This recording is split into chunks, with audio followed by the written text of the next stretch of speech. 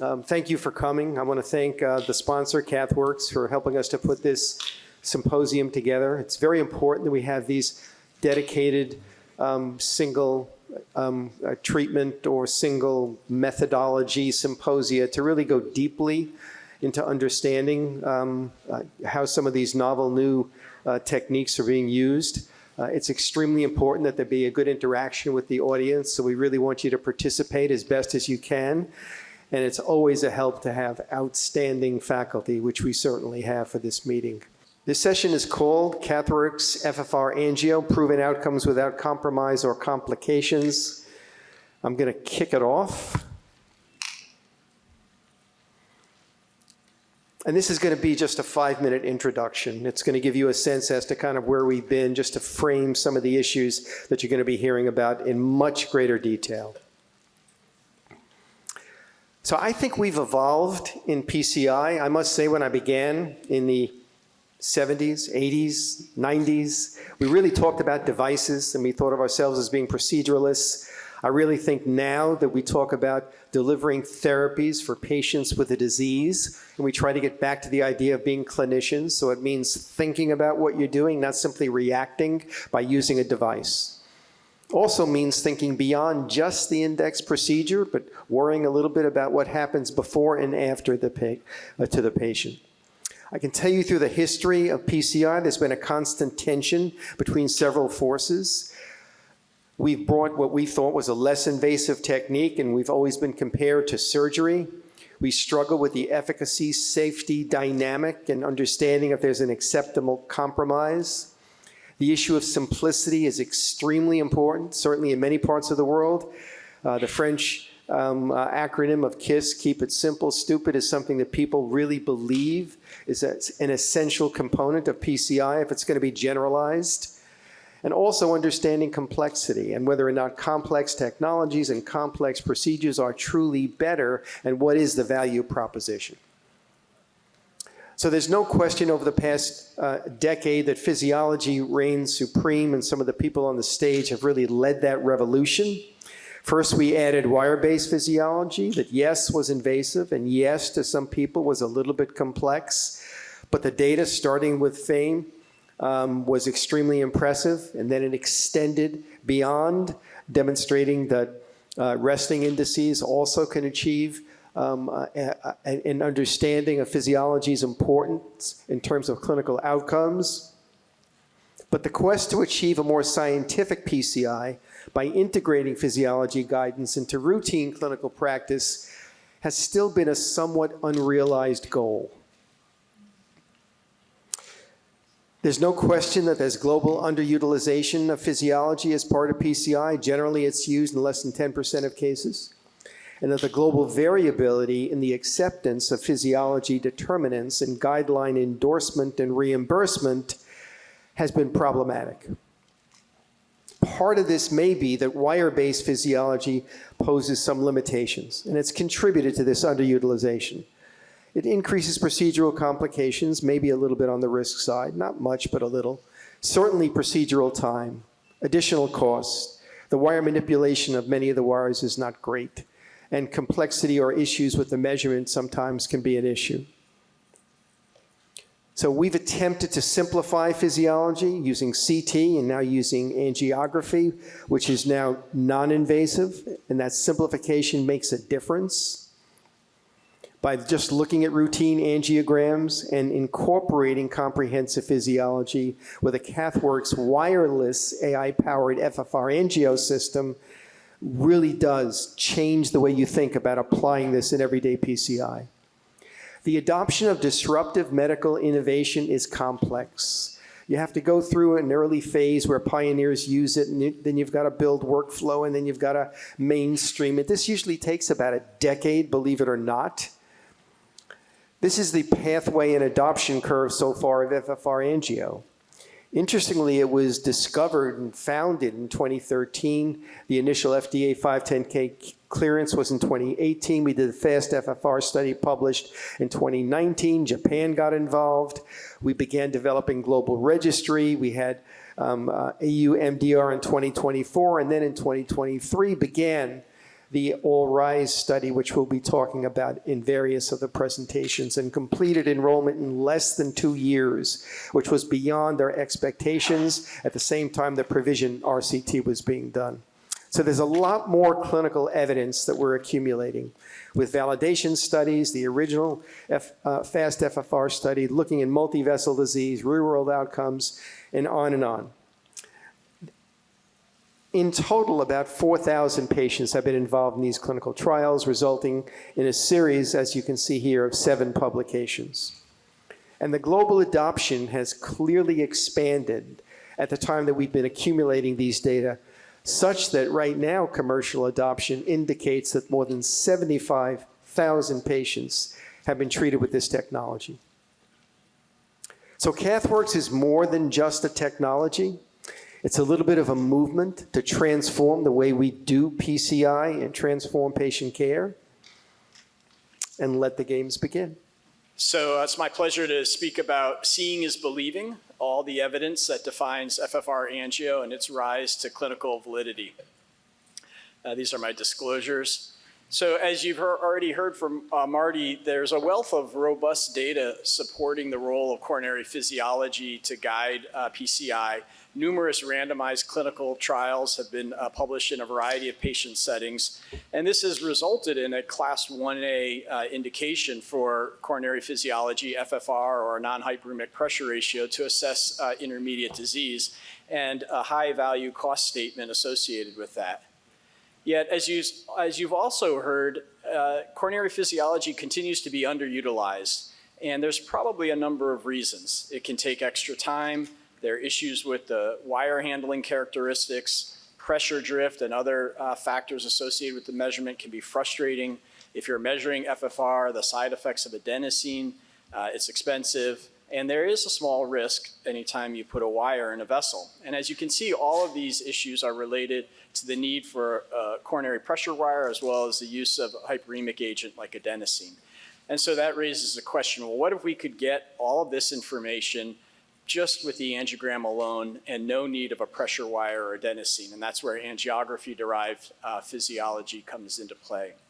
Now, 6 years ago, we published these data comparing FFRangio to wire-based FFR in a blinded fashion, 10 centers, over 300 patients. And you see that there is a very high sensitivity, specificity, and accuracy, all above 90% with FFRangio. And what we found even more impressive was if you look at the gray zone or around the cut point of the FFR cutoff of 0.80, this is where most tests have an accuracy of 50%, kind of like a coin flip. You see that FFRangio continued to have excellent diagnostic characteristics in that gray zone area. We also looked at how FFRangio compares with the non-hyperemic pressure ratios with regard to its correlation with wire-based FFR. And you see that the accuracy of FFRangio is actually higher than the resting indices when compared with pressure wire-based FFR. So what clinical outcome data do we have to support angiography-derived physiology? Well, we have data from the FAVOR3 China study, which used the QFR system. This was a very large randomized study comparing QFR-guided PCI with FFR-guided using a pressure wire. And it showed a significant improvement in outcomes. But this is kind of a recapitulation of the FAME1 trial. We know that physiology is better than angiography alone. What we really want to know is how does FFRangio or angiography-derived physiology compare to wire-based physiology. So the QFR group also did the FAVOR3 Europe study looking at just that in 2,000 patients, where they compared QFR-guided with FFR-guided using a pressure wire, and they found that actually the pressure wire outperformed QFR in this study. And the question is, why did that happen? Well, one thing that they saw was that QFR led to significantly lower values compared to FFR, and this resulted in a significantly greater proportion of patients who underwent revascularization. So you could argue, well, they just got more stents, and so that's why they had a higher event rate. But an interesting sub-study looking at just those patients who had deferral of revascularization based on QFR or on FFR actually showed that there was still lower event rates in the FFR group, which suggests, well, maybe the QFR was also missing lesions that should have been stented.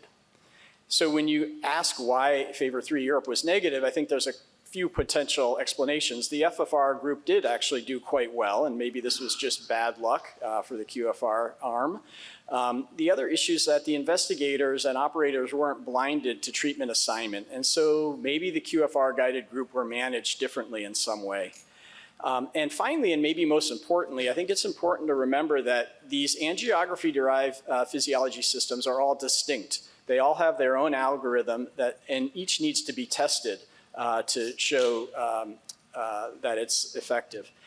So what data do we have with FFRangio? Well, we have a real-world registry looking at the safety of deferring lesions in almost 900 patients and showing a very low event rate at 1 year in those patients where PCI was deferred based on FFRangio. So reassuring that you can safely defer if you get a negative FFRangio. And we also now have randomized clinical trial data from Japan, 400 patients in the Provision trial across 13 Japanese sites looking at intermediate lesions. The primary endpoint of this study was non-inferiority of revascularization rate of FFRangio compared with wire-based FFR. And the investigators met the primary endpoint. FFRangio was non-inferior and had a similar revascularization rate. They also saw a significantly lower radiation exposure, 20% reduction with FFRangio compared with wire-based. And they followed the patients now out to 1 year and have shown that major adverse cardiac events, both with and without procedural MI, were equivalent, and if not numerically lower, with the FFRangio group. So very reassuring data.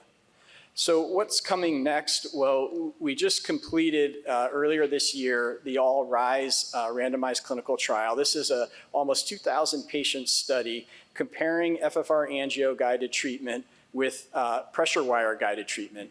You declared which lesions you were going to treat or assess, and then patients were randomized. And if randomized to the wire-based, you could do either FFR or a non-hyperemic pressure ratio and treat per the result.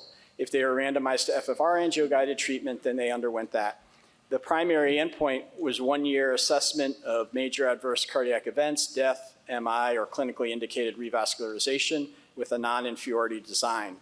And we are planning on completing this follow-up in December and quickly, hopefully, analyzing the data and hopefully presenting these at this coming ACC. This study was led by Dr. Leon as well as Dr. Kirtane, and we had an excellent and varied steering committee involved.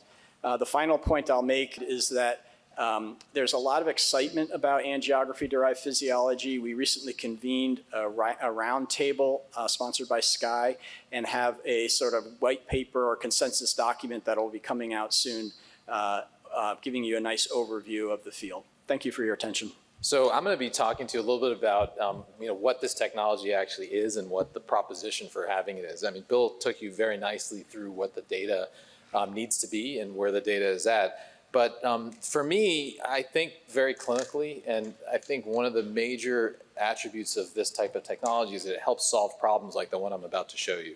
And so this is what I call the diagnostic cascade gone wrong. It's a neurologist who had some risk factors, had prior PCIs, and was really going to go for a colonoscopy. And somebody decided to put the patient on a treadmill, maybe because they were worried he was a neurologist. He went no ischemia, went 10 minutes, and he had some of these changes. And so for that, went to the cath lab. And so you might argue, did he really need to go to the cath lab? Did he need any of this stuff done? But he did. And this was the cath that was done. And it's not very angulated. It's not the best angiography. There's perhaps some proxillate disease here. The circ is moderate, diffuse. The right is more moderate and diffuse. And then there's this thing, which I won't really even talk about. It's just ridiculous. You should not do this with this type of catheter. And so the problem, though, is that there was a lot of hemming and hawing, and the cath report said maybe there's this left main, and the LAD is 30 to 40, and this is just diffuse stuff. He has prior stents. So he was actually referred to one of our CT surgeons, the head of our CT surgery program, to have a CABG consultation. And so he called me up, and said, you know, I looked at these films, he's astute, he's the head of our CT surgery department, he says, and I don't see a whole lot there. I really don't want to even do anything. Is there something you can do with that wire thing where you get some numbers and you basically tell them that everything's okay? Because that's really what we need to tell them. And so I said, yeah, I'm happy to do it. There's a risk of every procedure, but what I ended up doing is doing FFR of all 3 vessels, and everything was over 0.9, but it took 2 guides, it took 3 vessels with 3 rounds of adenosine, wires, and we deferred CABG, we deferred PCI, he's back to clinical practice in neurology, intensified medical therapy, and he's doing great. But I had to go through all these steps in order to get that information, and the question is why couldn't that information have just been gleaned the first time around when he had the angiogram? And so there's several reasons why physiology is underutilized. This is a modification of a slide that I've had before where I used to show a good friend and colleague of our, late colleague of our, Dimitri Karpaliotis, who we're actually going to be honoring in the main arena tomorrow. But I don't have Dimitri's picture anymore, but his wisdom is there. And there's sometimes when he just is like, what the heck is going on? And so most people don't utilize physiology for a number of reasons. They say, I know better whether it ought to be treated. I'm an experienced catheterizer and angiographer. In other words, I know better. The data are flawed because I know better. I don't believe the number because I know better. I just really want to treat this lesion. Maybe because you know better, or maybe just because that's just weird, but nonetheless, it's just, the bottom line is it's too painful and complicated to do physiology right now. And I hate to say this with like Bill and Alan here, because you know they've led this field, but you have class 1 guidelines, and just people don't do it that frequently because it is a pain to do. And it's also not without risk, putting up guides and wires and that kind of thing. We're in a training program, and I'm obviously responsible for the case, but I always worry a little bit that there's going to be a problem. And so could you get the same information with a system like CathWorks? Now, so this is the old system. It seems a little crazy, but the reason that I'm showing it is because actually in the old days when this system first came out and we were in the initial trial that Bill led in this regard, it did take a while to do. And so, but the point is that there's basic information. There's the angiogram that's from the C-arm. You take that information, you put it into a console, and with minimal manipulation, you can essentially compute values that allow you to determine the physiologic significance of the lesion just for my patient without having to do all those steps that I did. So how does it work? It takes a 2D angiogram and it constructs a 3D model. Remember, the heart's a 3-dimensional structure that's beating. And so you have to take good angiography, but if you do it right and in the correct views, you can reconstruct a 3D model. You can then calculate what the perhaps resistances might be along the vessels and then come up with a physiologic assessment. And so proof is in the pudding. You have to basically do the concept and then see if it works. And so first you need good pictures. If you take terrible angiography and you never see a lesion, there's no system that's going to be able to discern whether that lesion is hemodynamically significant because the system's not going to see the lesion. So you do have to take good angiography to see what's going on. And that's one of the reasons why this system in particular insists on 3 views of the lesion. It would be far easier for any company to say, you only need 1 view and we're going to give you a number. But the problem is if you do that, you might not get good fidelity of your tracing, and so that's why this technology is insistent on doing 3 views. You have to pacify the vessels, you have to see them, not so much panning, and it makes you a better angiographer as a whole, but it's not that complicated. It uses artificial intelligence. So how does it use it? It has a huge database of a lot of angiograms that are in the console's memory that allows it to figure out what's the LAD, what's the circumflex, what's left dominant, what the flow should be like in all of those circumstances. And so it breaks down complex angiograms into these nodes that allow you to figure out what's happening. Before the use of the AI, you actually had to draw every vessel. And when we were in that initial validation trial, I admit freely that I thought it was kind of cool, but I said I'm never going to use this in clinical practice with that system because I had to literally draw every single vessel. But what's changed between then and now, and that was several years ago, is now the AI allows the vessels to be sorted out, segmented, and even drawn up front. I've actually played with the new system and tried to re-edit them, and you can do that, but you don't need to do it for the vast majority of cases as long as you take good angiograms.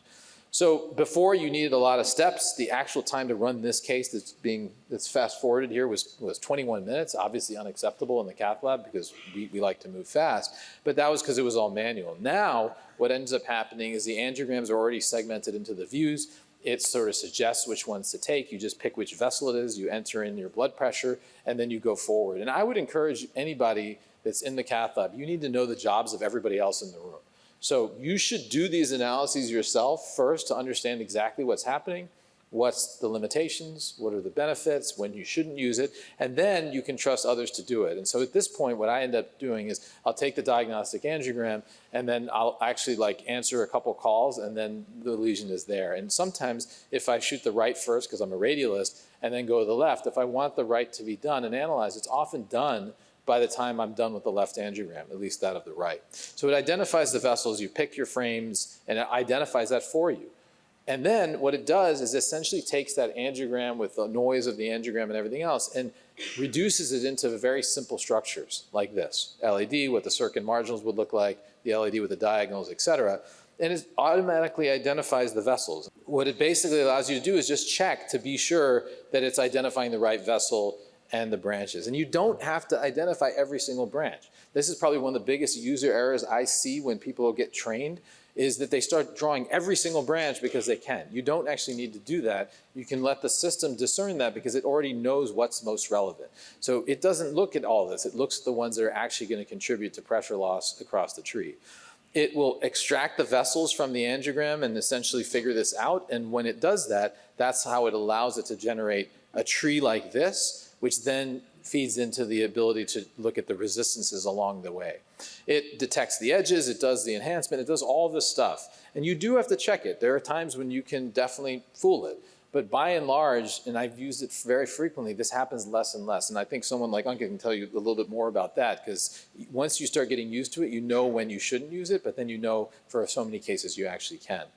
Once it detects the nodes of resistance along the way, it makes a 3D model, and then that's when it starts computing. And so this is just an example of how it automatically detects. I typically go through, check each view, make sure the lesions are right in the right places. You have to select where it is, and then it moves on. It then creates a 3D model of what the resistance would be along the way, analyzes it, and then ultimately comes out with a comprehensive physiologic assessment of everything you see on that side. So for the right, you're going to get the full right, including the branches. And for the left, you'll get the LED, you'll get the circ, you can get branches as well based upon its analysis. And so my last slide is this one, and Alan Greenspan has this quote, "The process of innovation is of course never ending." So what I'm talking about today is a system I have in our cath lab. But what cool thing about software is that it rapidly iterates and can change literally every few months or so. Now, you don't want too many changes, like that's why Apple doesn't update our iOS so frequently, but everybody typically when the new iOS comes out, you wait a little bit to make sure it's not going to break your phone, and then everybody installs it.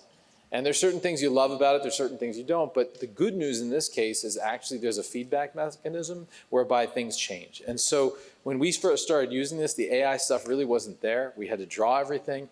A lot of the cool features that you may see in the presentations today, like turning lesions on and off, addressing that issue of tandem lesions, which is the most common thing that everybody asks, how do you discern tandem lesions? Well, you can do it now. You can just turn the lesions on and off and then predict what your post-physiology is.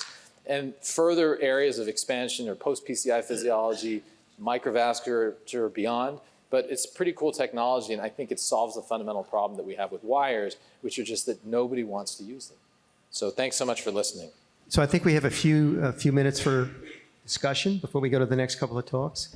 So we're talking about methodology and workflow and evolution of methodology. So Bill, you've been in this from the very beginning. I mean, you were the PI of Fast FFR. And you're the father, one of the fathers of wire-based physiology. So characterize for us how you put this in perspective in terms of the evolution of doing workflow-driven. I don't want to say simplified because that's the wrong word, but more user-friendly physiology as part of routine PCI. Yeah, thanks, Marty.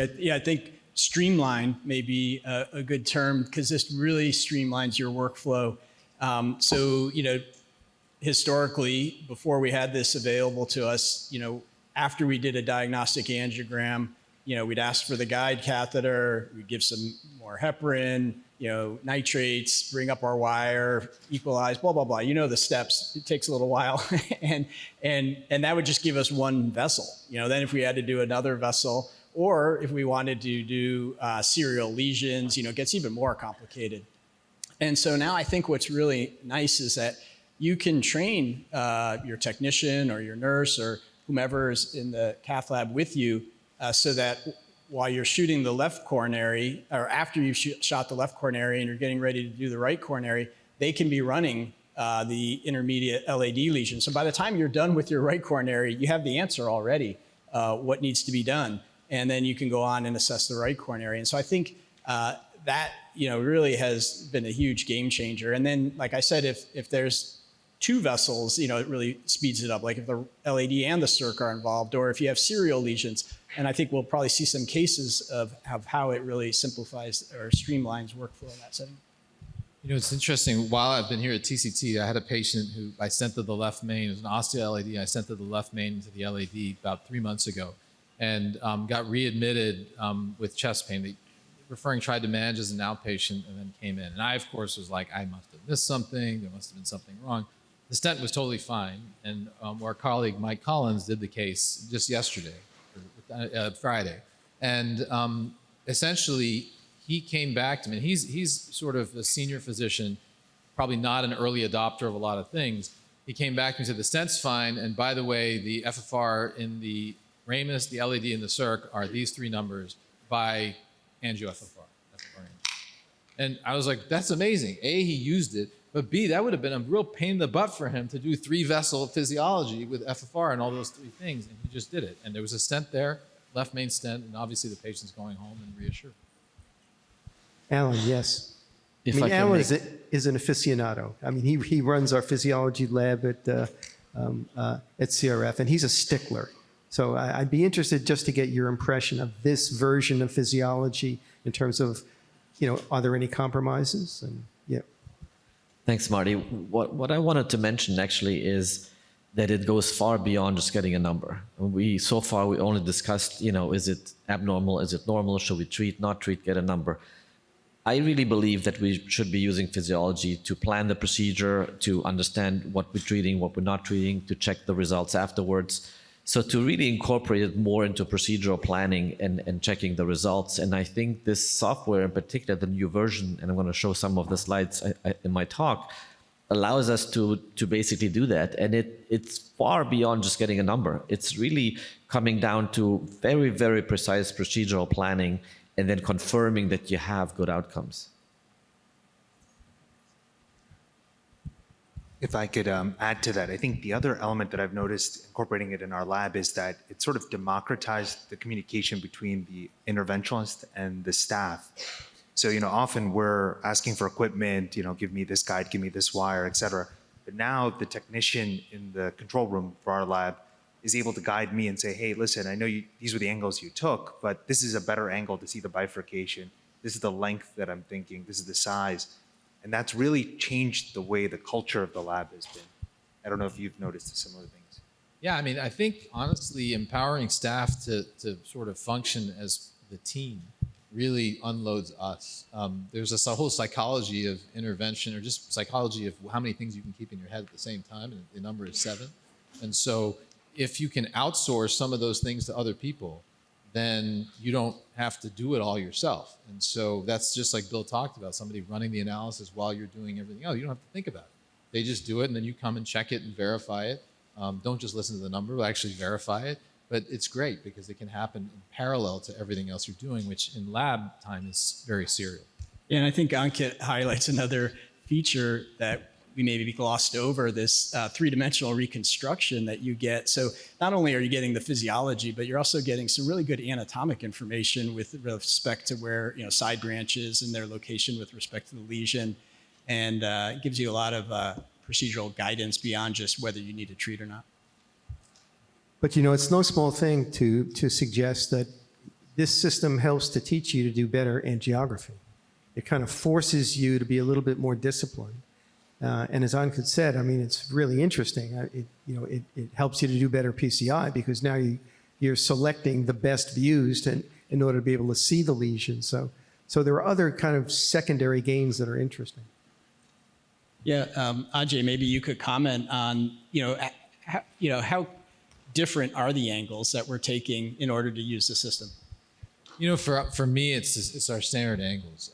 It's just because I've always been taught. I was taught, Alan and I were taught like sticklers and how to do angiography, and so orthogonal views was nothing new. I think the only thing that we probably adapted for some of our operators was they take it maybe one less mag with less panning. So on a Philips system, if you're used to 27, I don't usually use 22, you maybe 27 or 31, depending on where the heart is. But it makes you better. Also, honestly, for like CTO intervention, that's how you take the images anyway, because you don't want to pan, you want to stay on and see where the collaterals are. So that's the only adaptation that's been taken. It's probably for the good. I think so too. Irrespective of the system, I changed my practice completely, but to the no panning, and it really, I feel, changed the way I look at things, diagnose things. So irrespective whether one would use this or not, I think this is now maybe the right way of doing it. One element that I think is really neat is a kind of an analogy to like structural heart and TAVR. In the last 10 years, we wouldn't imagine putting a valve in without having, sizing data and so forth, sort of virtually doing the procedure. And in cath, we routinely put a stent in and then try to figure out what optimization we need to do. But here, you're able to do a lot of modeling before you do the implantation. And I think it really has changed the way, whether you go shorter or longer based on the curve, and you're able to hypothesize, okay, this is what my outcome should be, and then confirm it very easily. So we're going to talk a little bit about the nitty-gritty. I don't want to get too much into detail. I think we had an overview so far about how you use it in practice, a little bit what the data is. But let's talk a little bit more in detail about how the system works. All right, these are my disclosures. So one of the things that I cannot overemphasize, and for those of you who attended the late-breaking session just a minute ago, talking about DCB and that not all DCB is the same is true for angiographically derived physiology. So you see, these are basically the systems that are available. And I don't want to go into too much detail, but the bottom line is that the technology used, the computations used, the angios required, all of that is different for each of the individual systems. And so just because one system works or one system does not work, it doesn't mean you can apply the data to the other systems. And so we looked at this before. This is FFRangio, and we kind of built this 3D resistance model. And the idea of this is, as you see basically in this representation, as you're taking the different angles, you develop more clarity, because sometimes the view isn't perfect. And so the three views are critical for the system. And then you're going to have this resistance model, which kind of is almost like an electrical circuit. And you have these resistors kind of back to back that kind of build this model. And so that's kind of the basic idea of FFRangio compared to the other models, which mostly rely on computational fluid dynamics and basically on the Navier-Stokes and the Bernoulli equations. And when you're looking at these equations, what you can see is that there is a lot of input of data. And so if one of these parameters is off, and then you square it, which some of them you have to do, you can basically introduce an error very, very quickly. And so that's why I was saying these systems are not the same and have to be looked at kind of from a different angle. And so the advantage of having, these three images is to basically avoid some of the overlap, foreshortening, some of the angiographic limitations that we see. The other basic principle of physiology that I think is very, very important is to understand the relationship between a percent stenosis and how much myocardium is supplied by the vessel. That's really key, because if that wasn't the case, we wouldn't have to do physiology. So you can have a 50% stenosis of a proximal AD, which might be significant by physiology because it's a huge territory, versus, I don't know, an 80 or 90% stenosis of a small diag, which it might not be. And so it's really critical to take that into consideration, which, as you see here, is incorporated into the measurement and into the actual calculation. This is the evolution of the system. We talked a bit about, back in the old days, you had to do a lot of manual input, which now has changed. And of course, also the whole device and the console is much more slick compared to how it used to be. You have options now to have it either outside, you have it on the boom, or you can have a small cart that comes into the room. Either way, it basically gives you the same information. And so this is how it looks like when you actually do it. One of the things that is important as well is that when you're looking at the absolute number, like we talked about, what is the FFR in the distal vessel, it's not all the way in the distal vessel, because for some of you who do CT FFR, it's basically almost always abnormal in the distal LAD because it's just so far down. So in this case, it looks at the value 80% downstream, so not all the way at the apical LAD. And then importantly, you have this little arrow that you can move along the vessel, and it shows you the computed FFR value at any point across that line. This, I think, is what I've talked about before, is really, really critical to understand the pressure loss that is associated with each individual stenosis. And this allows you to really plan your case, because it's not good enough really these days to know, oh, there's an abnormal FFR in the LAD, and then the rest you do by the angiogram. The whole point of using physiology is to understand which of these lesions is contributing the most to the pressure loss. And I think you have this, very elegant tool that not only allows you to understand it, you can actually manipulate it and play with it a little bit. And you see these little tabs at the bottom. And so what these tabs are doing is they allow you to eliminate the stenosis theoretically. It's basically you put a stent in theory, and it allows you to compute the FFR when that lesion is eliminated. And so when you have tandem lesions, like in this case, you can activate, one of these buttons or both, looking at these individually to understand what is my post FFR going to be and how much treatment does it require to kind of get back to a more or less normal level. The other tools, interactive tools that are available, is the sizing tool. This has been validated also, especially for the length of the measurements, so you can use that very accurately to determine how long of a stent you need. There is some good data also on the diameter compared with intravascular ultrasound. There is a factor you have to kind of apply, 1.25, so you have to kind of upsize a little bit, but it's also a reasonably good correlation between the two. And then finally, you can take this home, show your kids, but more importantly, show your referring doctor, show the patient. All of that is available on your phone. And then finally, I want to talk a minute about the post-PCI assessment, which is actually a new feature in the system. And I think equally important, because you want to make sure you check your work.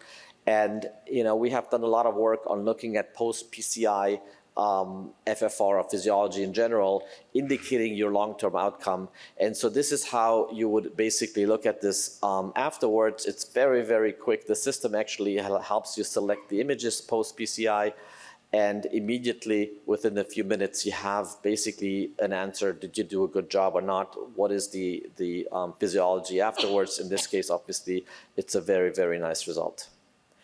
And then finally, you kind of have this diagnostic tool that you can print out, put in the chart, or give the patient, where you have the images and the physiology before and afterwards as a report card, if you will, to kind of file. And so this has been actually is presented at TCT this year in a 200-patient study. And not only that, there is a number of things ongoing with FFRangio at this meeting, as well as ongoing and future studies, which we're going to talk about in the upcoming discussion. Thank you so much. So thank you. It's a bit humbling to be here with my co-faculty, and I'm really reflecting on my sort of journey of how I, as a self-professed physiology nerd, how did I go from being an attendee to the conference to being here? And these are my disclosures. So it all really began in 2022 when I was attending TCT, and Brian Burkhart from Medtronic, who works with us locally, realized my interests, and in the Medtronic booth, there was a CathWorks display, and he's like, listen, I think you really would like this. This is something interesting. It's kind of, stuff that you really get excited about. And so as I learned about the technology, I got super excited.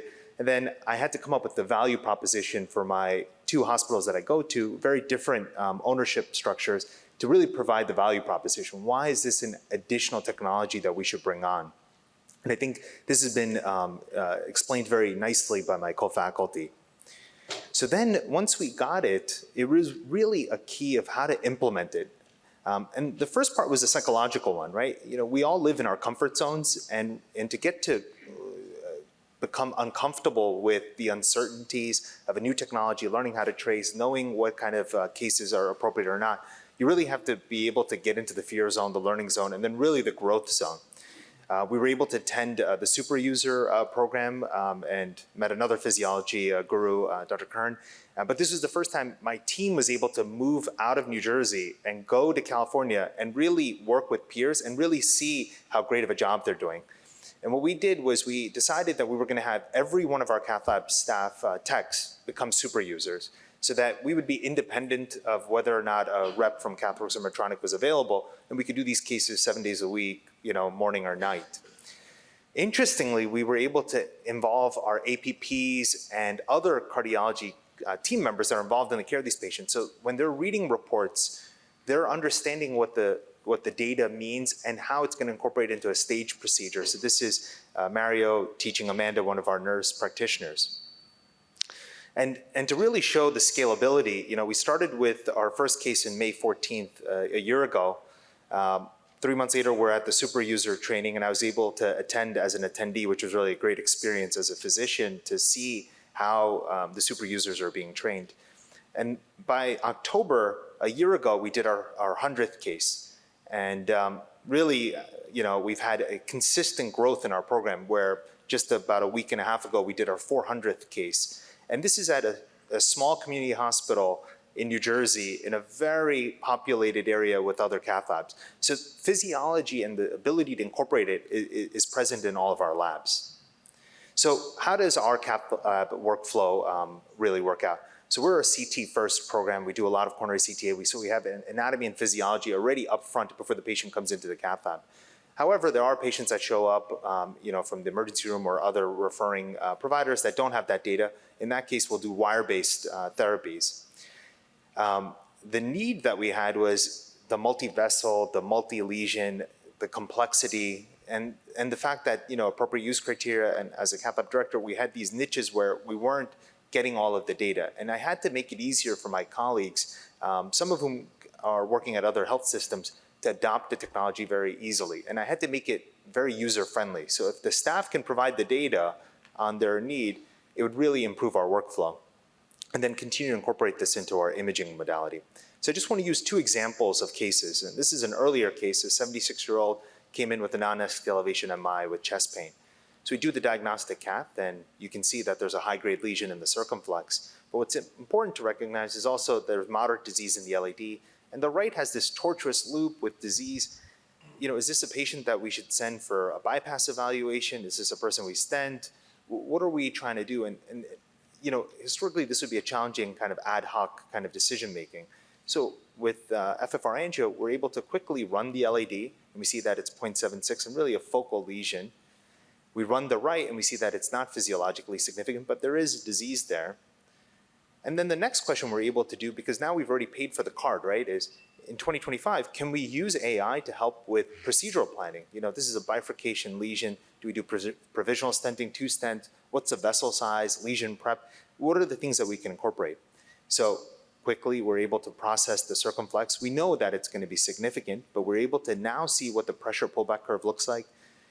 We're able to see with lesion impact whether or not we're going to make a good post-PCI assessment. We're able to use the sizing tool to size the stent and get an approximation of the length that we're going to need to do. And then complete our intervention with IVUS guidance and get a good result. We can confirm the post-PCI result, and so we see the physiology is good. But as you'll all note, the OM looks pinched, right? And this is a clinical scenario that we often confront.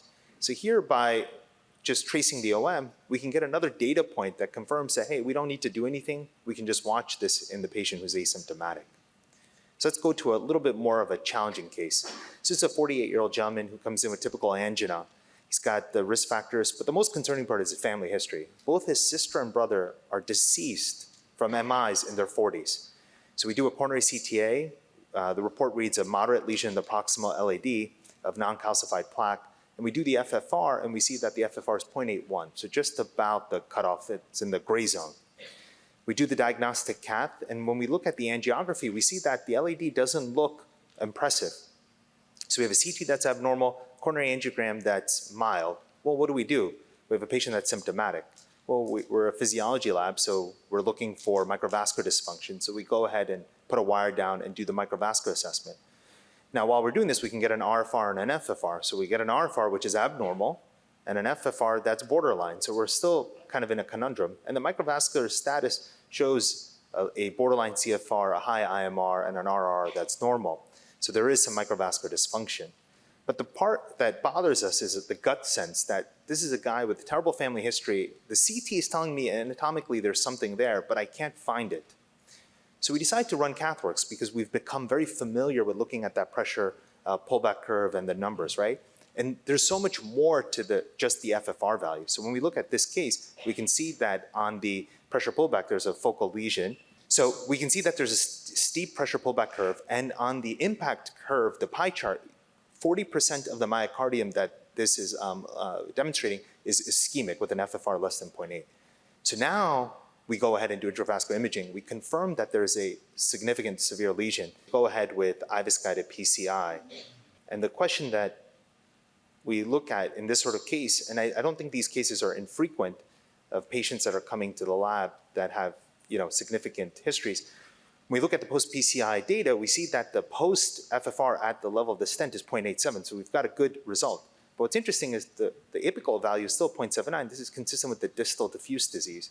But what the pie chart really is able to help us see is that we made a significant impact on the ischemic myocardium. We went to 40% to less than 5%. And at 6 weeks, the patient has remained asymptomatic. Now, to summarize this case, this is a case where we did a CT FFR, we did a cardiac cath, we had to do invasive physiology assessment, we did microvascular assessment, we did FFRangio to get to an answer, and we did intracoronary imaging to validate what we were seeing and to size our technology. And really the question is, can we do all of this in one tool with one technology rather than needing to do all of these additional steps? So, thank you. So what does the panel think of the next steps for this technology? Do we just sit back and wait for all rise? I mean, how do you integrate it now into your current daily workflow doing PCI? So let's start with Ankit. Yeah, I think, for our lab, we're using it routinely because I think we're able to get multi-vessel analysis, and as a CT first, even if we see other areas, we're able to incorporate it. For post-PCI, I think we're going to get increasing data that post-PCI physiology is going to be a very important marker of residual angina and outcomes of stents. And the more you use the technology, the more you see these other benefits of sizing, length, procedural planning. So I find it very helpful in that element. So routine systematic use for the majority of PCIs? Yes, that would be my... With the major additional advantages that you get for multi-vessel disease, for branch vessel disease, and you're certainly doing the post-PCI FFR, this is an easier workflow-driven. And when you use the technology, it's like a wire. You purchase it once, you're able to do as many analyses as you need. So you're able to give a much more comprehensive result, much like a CT FFR, where you're able to get the data on multiple vessels. Yeah, I think for routine cases, we clearly have enough data for routine use. I'd like to see more data in some of these select groups, left main or side branch, things like that, to post-PCI to demonstrate effectiveness in those settings too. Not to get too into the weeds, but I think one of the advantages that Alan mentioned was the serial lesion assessment. And when you're doing FFR, there can be crosstalk between lesions, and so that requires you fix one and then you reassess with adenosine again to check the other one. The system can account for all that up front and give you that information. And the post-PCI, just to clarify, you don't need to repeat all 3 images. You can use one of the images that had the lesion in it pre-PCI and then just subtract the lesion out, and it just needs the 2, and you can have the wire still in the vessel also. So there's a lot of safety precautions, I guess, to allow you to do that. One of my pet peeves in the cath lab in general is that I feel we have just too much clutter everywhere. The table is full with all these controls. We have a million different systems, imaging, physiology, whatever it is. Sometimes I ask myself, where should I stand? I have no room at the table. And so how I see the future of a technology like this, which I think we all agree is very, very useful, in basically systematically assessing every single patient, because of all the information that we can learn, is to fully integrate this into into the lab, that basically every patient having an angio, this will automatically come up. And obviously it will take a little time for AI, et cetera, to kind of build that model. But literally, as you shoot your angio, you can get maybe these calculations in more or less real time with minimal or ideally no input at all. And so maybe in 3 to 5 years, we are at that stage. And I think once we are, it would really change the, how we practice interventional cardiology in this country, which we all know there's a huge variety in how practice occurs. I think one thing that people are going to get jealous here is that we don't actually, in our lab, have a system where we have to pay for it every time we use it. We had a certain level of usage, and we essentially have a subscription model, which allows us to use it however many times we want to, because it's predicated on the fact that we're going to use it X number of times. And so, honestly, that allows things like what Alan is going to talk about. The other thing that I would say that maybe is a little provocative, but I think is important, is we're very hopeful that an all-rise will show that it's as good as a wire, and then adoption can go up. But the wire is not infallible either. And I think everybody here who's done wire-based physiology, could raise your hand if you've done wire-based physiology of the circumflex and gotten a value that's greater than 1. Like, it happens routinely. And because there are basically the height of the circumflex is different than the height of the aorta. And the same thing is true for the LAD. In the LAD, it's more often positive. And just because the studies that have been done with FFR wires have used that as the gold standard, the 0.8 cutoff, without adjusting for these heights, doesn't mean that's actually right based on the angiogram.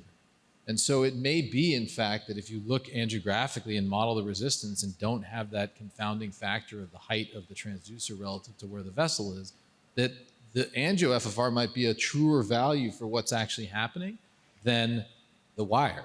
So let's see what the results show. I think it's a very fascinating area, but the way we think about gold standards might actually change over time, because let's face it, the way the wire was validated was on the basis of a relatively small number of stress tests, which is not even the best test to look for ischemia. Yeah, and another area I think where this system really has great application and we need more data, I think, are the ACS patients. Physiology is, grossly underutilized in that scenario, and we don't even know for sure about its, utility and safety. I think this system, particularly in STEMI with multivessel disease, where kind of the last thing you want to do at 2 a.m. is have to go wire a non-culprit vessel to assess it.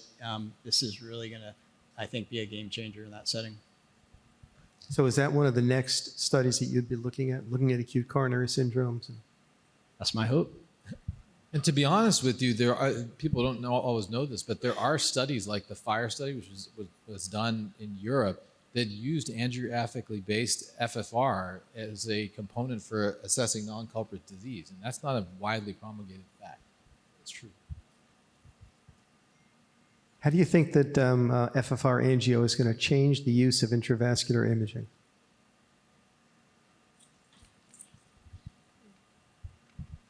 So Alan, you do your PCIs, so everything is OCT guided, or not everything, but a lot of it is. Using this systematically, would it change your thinking in terms of? I think both are complementary. I don't think that you should use one or the other. We do basically more or less 100% imaging guided PCI, but that doesn't mean we don't do physiology.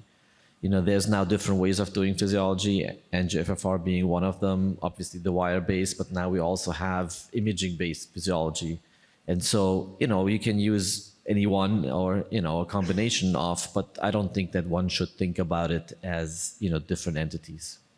Yeah, I think the intravascular imaging is always going to be key for optimizing your stent, but this post-PCI angio-based will really facilitate looking for, issues outside of the stent that may not be recognized immediately just looking at the angiogram. And I think the fact that, for the last 10 years, we haven't seen a significant rise in intracoronary image use. I think it's up to 30% now in the US. We have to have these other modalities to help facilitate it, right? On the sizing tool, you're able to get additional information that could help an operator who who's just not an image guided PCI person to at least have that additional piece of information.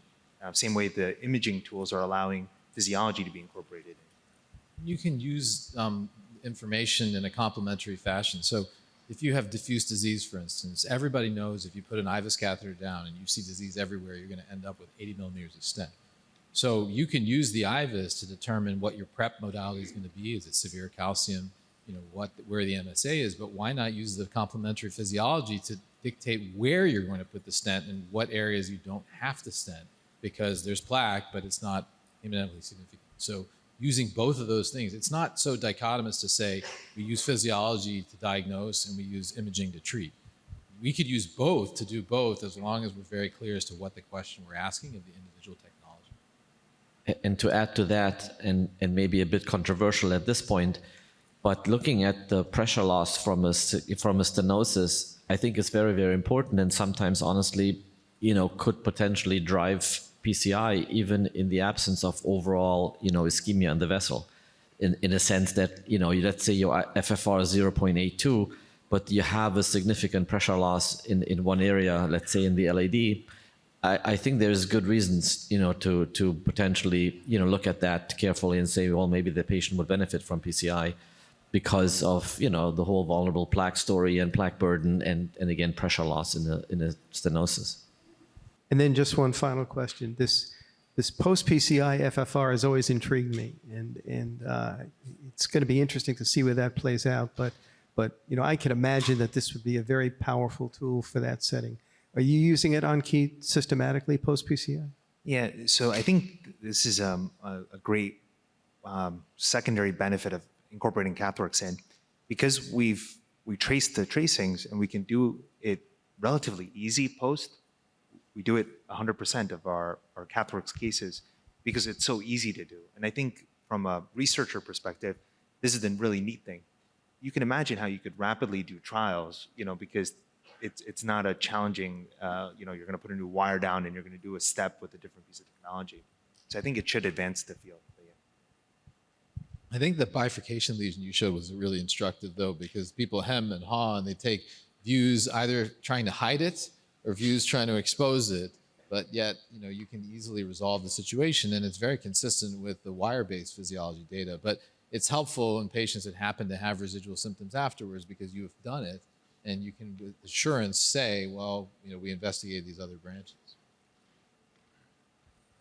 Yeah, I think the post PCI physiology is really, like you said, really intriguing question. Clearly, it's prognostically important. Can we modify outcomes by acting on it? I mean, I think we'll wait for Alan's study to find GPS to help guide us in that regard.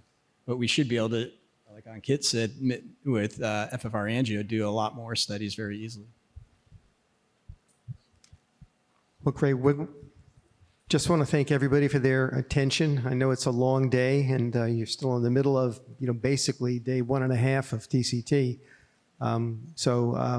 Thank you for coming, and we'll hang around for a while if you have any further questions. But I think this was a good example of how a deep dive into a particular technology gives everybody more insight. Just discussing some of the, current state and future directions of some of these new novel modalities is extremely valuable, and one of the things that we try to do more systematically at TCT. So thanks to the panel, thank you all, and again, thanks for CathWorks for supporting these kinds of educational efforts.